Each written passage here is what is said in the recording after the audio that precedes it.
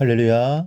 사랑하는 대강의 가족 여러분, 오늘 하루도 하나님의 말씀과 동행하는 삶이 되길 소망합니다. 오늘 함께 나눌 하나님의 말씀은 요한복음 11장 17절에서 27절 말씀입니다. 예수께서 와서 보시니 나사로가 무덤에 있은지 이미 나으리라.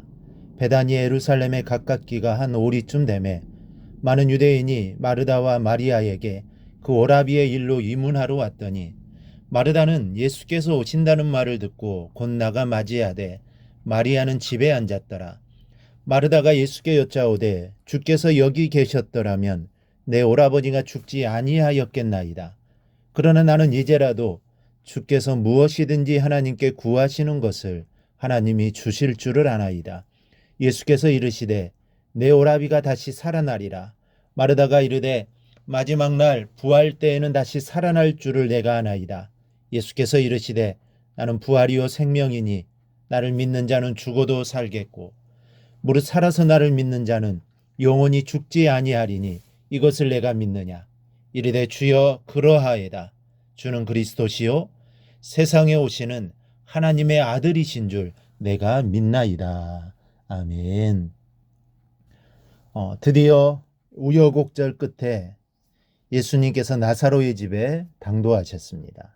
17절에 보면 나사로가 무덤에 있은지 이미 나으리라 그랬습니다. 여러분, 이 죽어서 장사 지낸 사람이 간혹 되살아나는 경우가 있습니다. 그래서 사람들은 사람이 죽으면 최소 3일을 기다렸다가 장례식을 치릅니다. 그러나 나사로는 이미 나흘이나 지났습니다.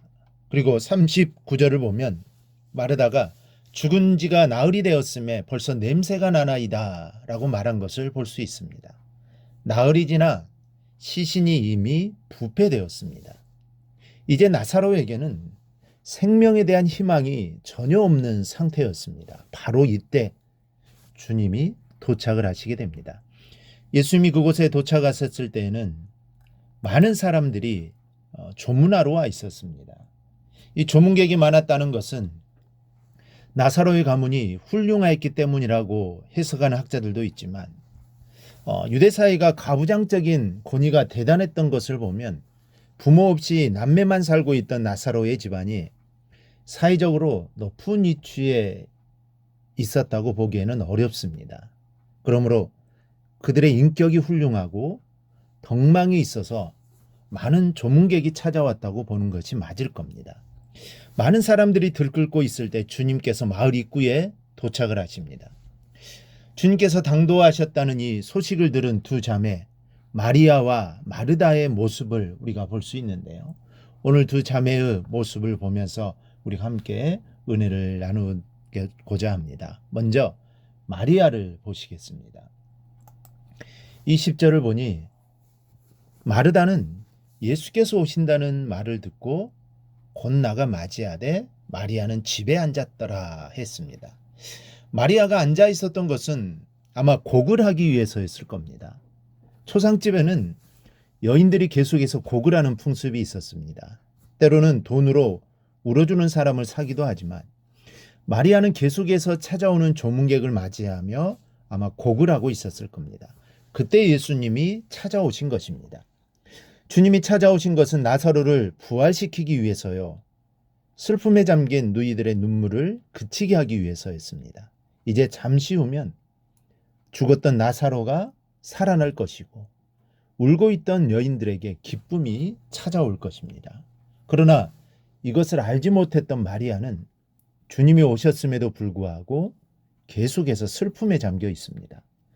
이것이 바로 우리의 현실이 아닌지 돌아보시기 바랍니다. 슬픔과 절망, 좌절과 아픔을 구원하시기 위해 찾아오신 주님이 곁에 계심에도 불구하고 우리는 지금도 울고 있지는 않습니까? 주님의 손길이 이제 곧 나를 향해 다가올 것임에도 아직도 주저앉아 탄식하고 있지는 않습니까? 나를 찾아오신 주님을 향해 일어서십시오. 그리고 슬픔의 자리에서 일어나 주님을 맞으러 나가십시다. 주님 안에 생명과 영생이 있음을 잊지 않기를 바랍니다. 이 두 번째는 마르다를 보시겠습니다. 마르다는 주님을 향해 달려나갔다고 했습니다. 그리고 이런 말을 합니다. 마르다가 예수께 여짜오되 주께서 여기 계셨더라면 내 오라버니가 죽지 아니하였겠나이다. 이 말 속에는 아쉬움이 많이 담겨져 있는 것을 알 수 있습니다. 왜 이제 오셨습니까? 왜 소식을 들으셨으면서도 이틀이나 지체하셨습니까? 원망이 서려 있는 소리가 아닐 수 없습니다. 우리가 신앙생활을 하다 보면 마르다처럼 슬프고 불행한 일을 당하는 경우가 있습니다.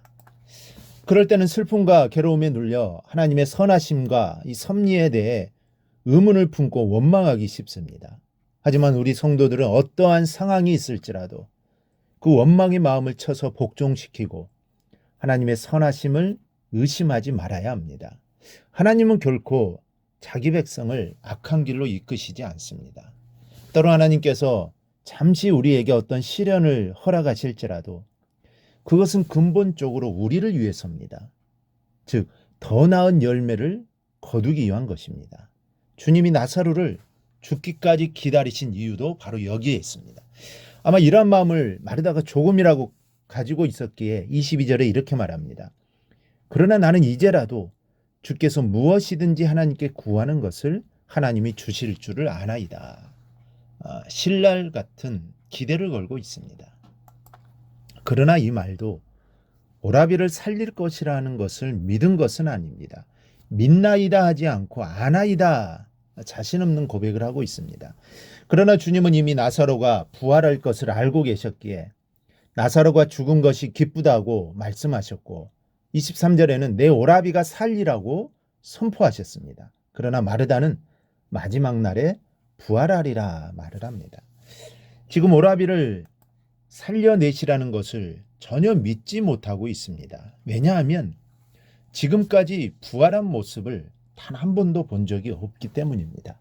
이런 가운데 주님은 수많은 유대인들이 지켜보는 가운데 나사로를 부활시키는 권능을 보이신 것입니다. 우리 사랑하는 여러분, 우리는 부활이 있음을 확신합니다. 그래서 부활의 영광을 소망하며 오늘 주님을 섬기는 일에 최선을 다하고 있는 것입니다. 이 부활의 소망이 없다면 주님을 위해 하는 우리의 모든 일은 다 헛된 일이 될 것입니다. 그러나 부활이 반드시 있음을 확신하고 부활의 신앙으로 오늘의 시련을 능히 이기는 여러분이 되시기를 바랍니다. 그래야 오늘 마르다와 같이 의심하지 말고 온전히 주님을 믿고 나아가는 삶을 살아가기를 주님의 이름으로 축원합니다. 오늘 묵상한 말씀을 굳게 잡고 삶으로 실천하며 살아내는 대강의 모든 성도들이 되기를 축복합니다.